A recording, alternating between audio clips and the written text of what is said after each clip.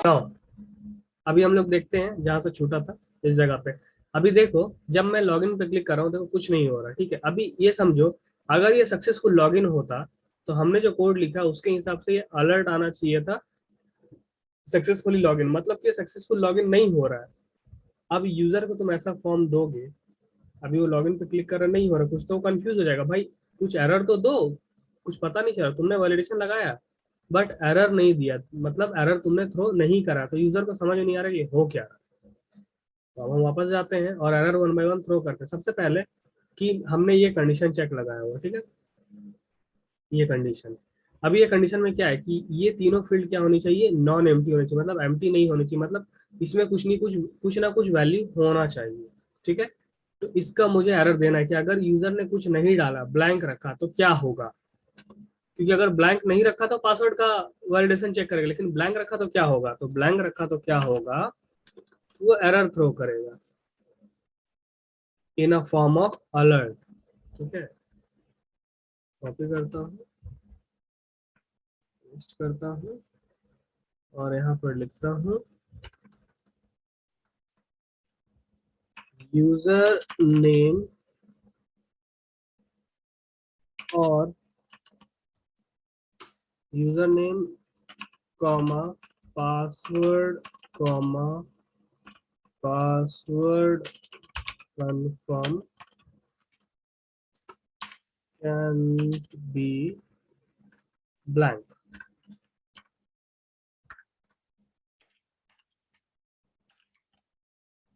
Okay, अभी मैं इसको सेव करता हूँ और रन करता हूँ। ना अब मैं यहाँ पे क्लिक करूंगा तो देखो मैसेज आ रहा है, यूजर को समझ में आ जाएगा कि user name password password confirm confirm can not be blank. तो क्या करेगा, यहाँ पर कुछ डाल देगा टेस्ट। ओके, अब फिर से लॉगिन पे क्लिक करेगा तो अभी क्या है, वापस से वो बोल रहा है कुछ भी ब्लैंक नहीं होना चाहिए, ठीक है। Test test test, successfully login, condition fail हो गया, ठीक है। यहाँ पर क्या हो गया, हमारा वैलिडेशन फेल, क्यों, क्योंकि मैंने यहाँ पर टेस्ट डाला, यहाँ भी टेस्ट डाला, तो इसका पासवर्ड का लेंथ क्या हुआ, पासवर्ड लेंथ तो 4 ही है, होना क्या चाहिए था, होना चाहिए था 8 और 12। तो अब हम यहाँ पर जाएंगे और चेक करेंगे अपना कंडीशन को कि क्यों हुआ। अभी ये कंडीशन में और लगा के मैंने गलती कर दी, इसको एंड डालूंगा, वही मैं बोल रहा था कि मैंने गलती किया है इंटेंशनली। अभी समझो और एंड का डिफरेंस, ये मैंने और एंड के डिफरेंस के लिए यहाँ पे गलत लिखा था, जो मैं थोड़ा और आगे बताऊंगा, ठीक है। अभी फिलहाल समझ लो अभी कैसे ये काम करता है। अभी मैं इसको एंड में कन्वर्ट कर दिया हूँ, अब जाके रिफ्रेश करूंगा, ठीक है। टेस्ट लिखा मैंने, फिर से टेस्ट लिखा, फिर से टेस्ट लिखा, अभी मैं करूंगा तो देखो कंडीशन मेरा वैलिडेशन सक्सेसफुल है, लॉगिन नहीं हुआ, ये एम्प्टी हो गया। एक और चीज हम करते हैं यहाँ पे, ठीक है, जो कि बिट इरिटेटिंग लग रहा है, सबमिट के बाद ये क्लियर हो जा रहा है, तो अभी फिलहाल इसको ऐसे ही रखते हैं।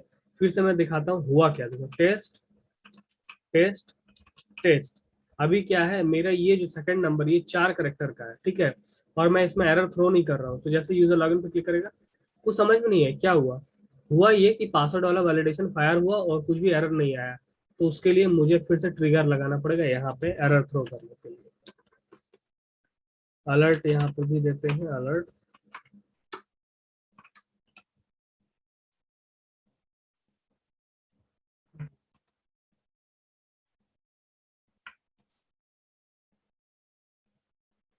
क्योंकि अगर मैं एक साथ कोड लिख देता ना तो आप लोग को लगता है यार ये अलर्ट क्यों दिख रहा है इसमें और क्यों, तो इसलिए मैं एक एक चीज को करके दिखा रहा हूँ कि अगर आप ये नहीं लिखोगे तो क्या होगा। Password should be password should have minimum of 8 character and maximum 12। अब मैं इसको सेव करके रन करता हूँ, टेस्ट टेस्ट टेस्ट। देखो password should have minimum 8 character और 12 कैरेक्टर, ओके, और ये एम्प्टी हो गया। अब मैं क्या करूंगा, यहाँ टेक्स्ट लिखूंगा, मैं यहाँ लिखता हूँ 1 2 3 4 5 6 7 8, ठीक है, बट यहाँ मैं लिखूंगा 1 2, फिर से नहीं आया। तो देखो सेकंड वैलिडेशन सही हुआ, पर थर्ड वाला मैंने ट्रिगर नहीं करवाया कि password should be match with the confirm password, ये नहीं कराया था, हमको पता नहीं चला। अब उस पर हम जाते हैं और फिर से ट्रिगर करवाते हैं यहाँ पे, which is this one else. अभी क्या है, अलर्ट करवाएंगे हम लोग कि password and confirm password should match,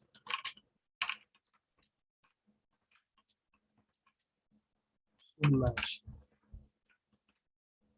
save करते हैं और रन करते हैं। टेस्ट टेस्ट, नहीं इसको 1 2 3 4 5 करते, 1 2 3 4 5 6 7 8, ठीक है। अब यहाँ क्या करते हैं हम लोग, 1 2 3 4 करते हैं, ठीक है। कंडीशन सक्सेसफुली मैच करा, तब हम क्या करेंगे, आप लिखेंगे टेस्ट 1 2 3 4 5 6 7 8, 1 2 3 4 5 6 7 8, लॉग इन मैच, यानी कि पासवर्ड मिसमैच हुआ। ओके, 1 2, सॉरी इसको करते हैं टेस्ट 1 2 3 4 5 6 7 8, 1 2 3 4 5 6 7 8, ठीक है। ये हमारा कंडीशन सक्सेसफुल रहा और लॉगिन हो गया। अभी यहाँ पे सबसे इरिटेटिंग चीज जो है वो ये है कि जब भी फॉर्म सबमिट होता है, ये लोग बाबू लोग एम्प्टी हो जाता है,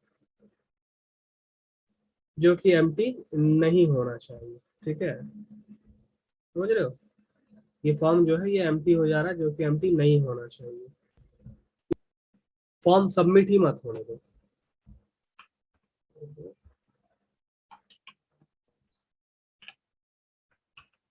अब देखते हैं ये काम करता है कि नहीं करता।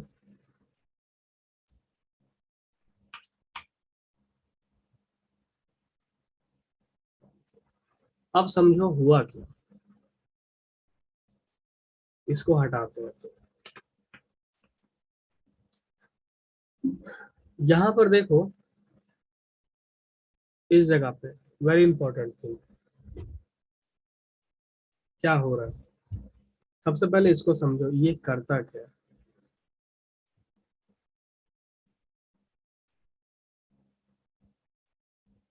ठीक है। ये टोटली डिपेंड करता है इस बटन पे, ये नॉर्मल बटन नहीं है। देखो मैंने आप लोग एचटीएमएल में दो टाइप का बटन बताया, एक सिंपल नॉर्मल जो बटन आप लिखते हो ऐसे टैग, ठीक है, और यहाँ पर ऐसे बटन लिख दोगे, ये होगी नॉर्मल बटन, ठीक है। और एक होता है सबमिट टाइप बटन।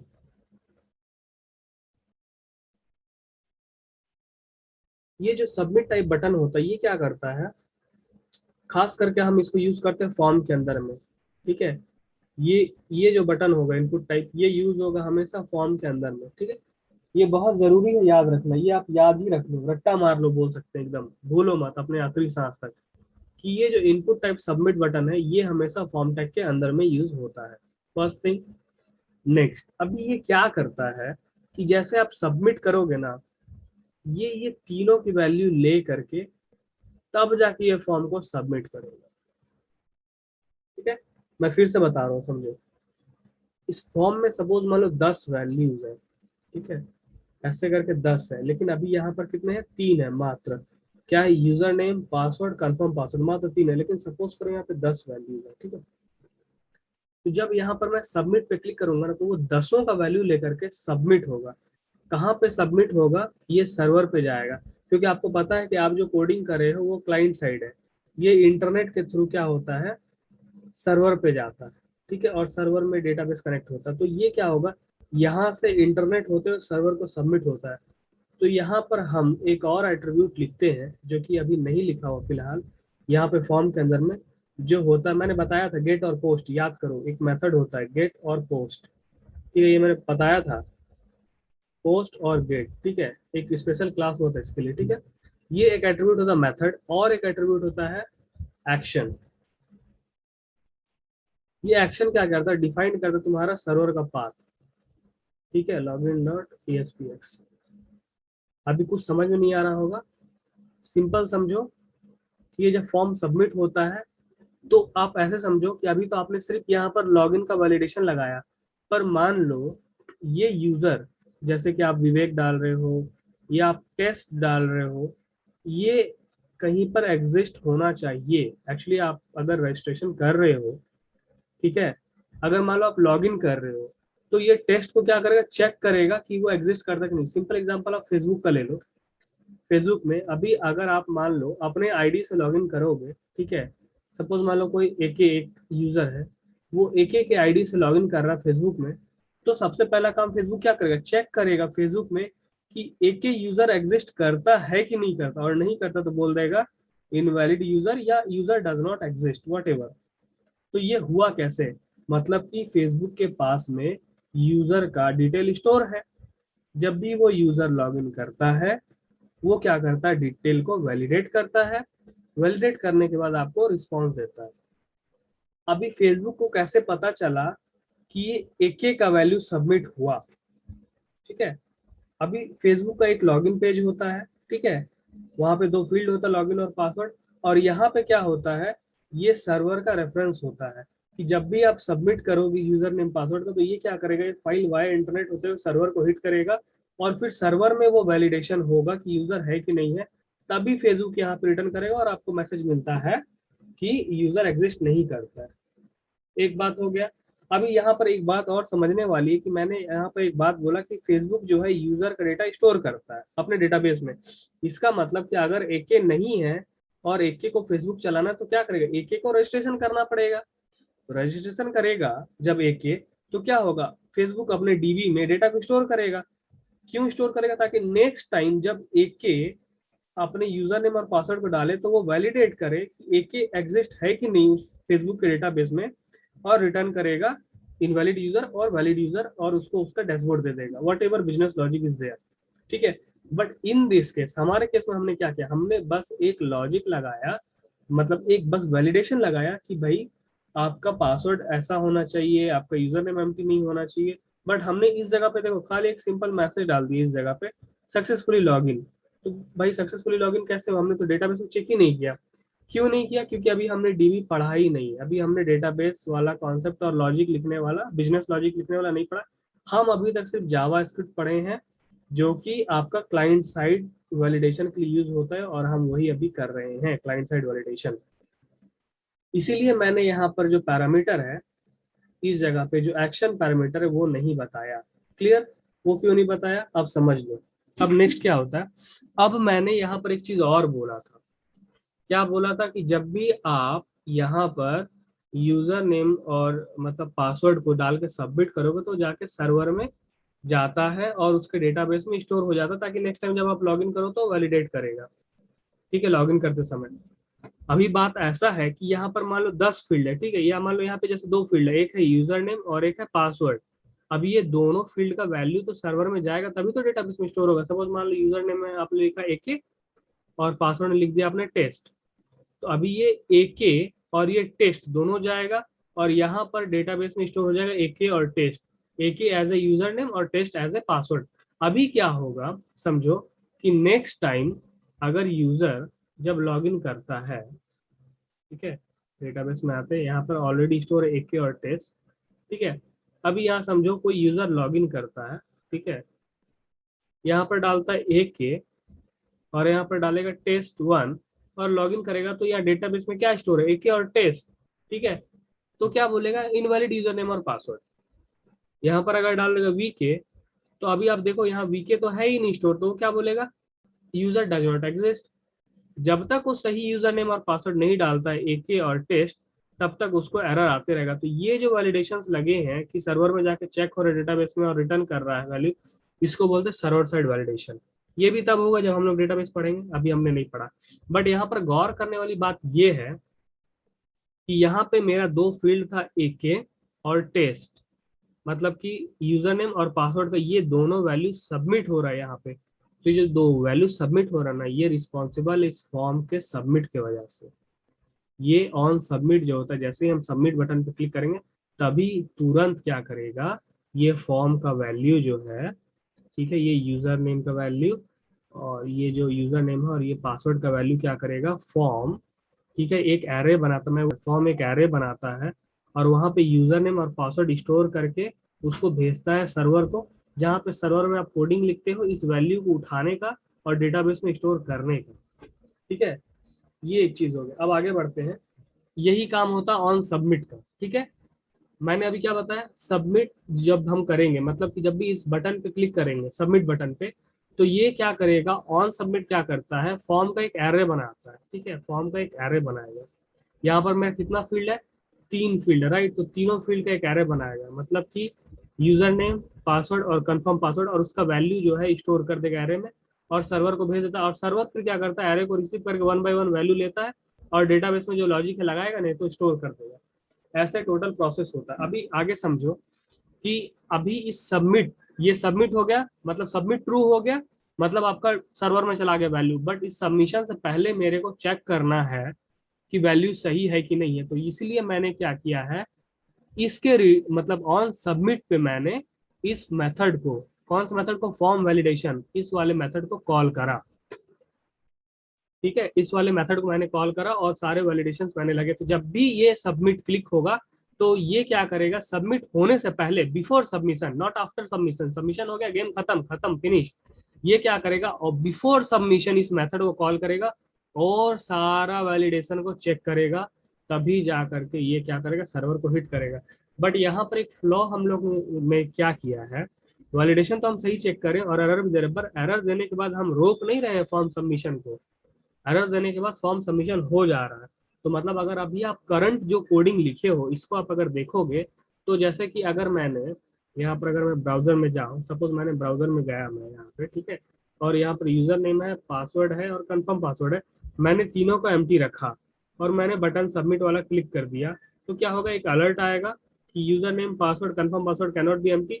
बट वो ब्लैंक जो एरे जो सबमिट होता है ना, जो मैंने बोला कि एक सर्वर फॉर्म जो एक एरे बनाता है यूजर नेम, कंफर्म पासवर्ड और पासवर्ड का, और सर्वर को भेजता है, वो चला गया, क्या गया, ब्लैंक ही चला गया। ये तो होना नहीं चाहिए था, ये तो गलत था। क्योंकि जब आप वैलिडेशन को, तो आपको रोकना भी होगा ना कि भैया वैलिडेशन है, रोक दो। या ऐसा कभी आप देखे हो, पुलिस लोग चेक कर रहा है, हाँ तुम्हारा ड्राइविंग लाइसेंस गलत है, कोई नहीं तुम जाओ, ऐसा तो नहीं होता है।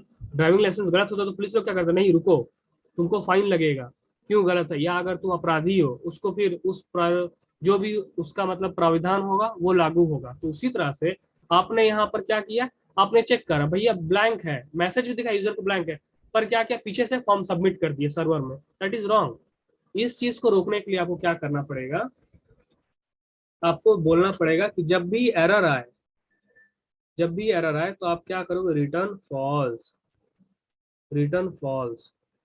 ठीक है, और यहाँ पर आप देखो मैंने यहाँ भी एक रिटर्न लगाया हुआ है। तो ये जब भी फॉर्म वैलिडेशन आपका रिटर्न फॉल्स करता है तो ये फॉर्म सबमिशन रुक जाता है। ठीक है, ये फॉर्म सबमिशन नहीं होगा।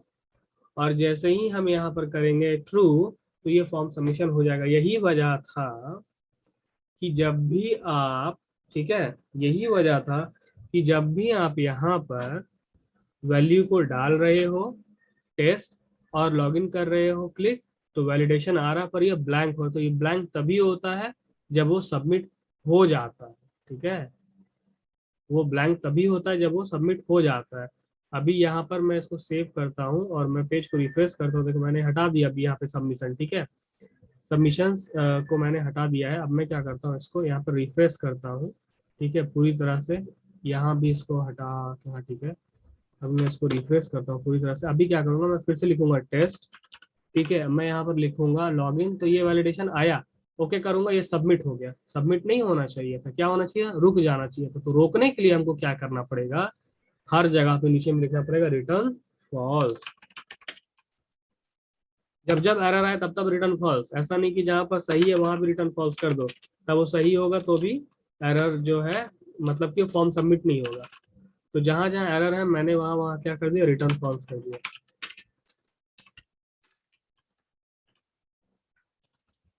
ओके, अभी मैं क्या करता हूँ, वापस जाता हूँ यहाँ पर और इसको रिफ्रेश करता हूँ, इसको हटा देता हूँ। अब यहाँ पर लिखूंगा टेस्ट लॉगिन, ओके करो, देखो टेस्ट का नहीं गया, मैं लिखूंगा टेस्ट,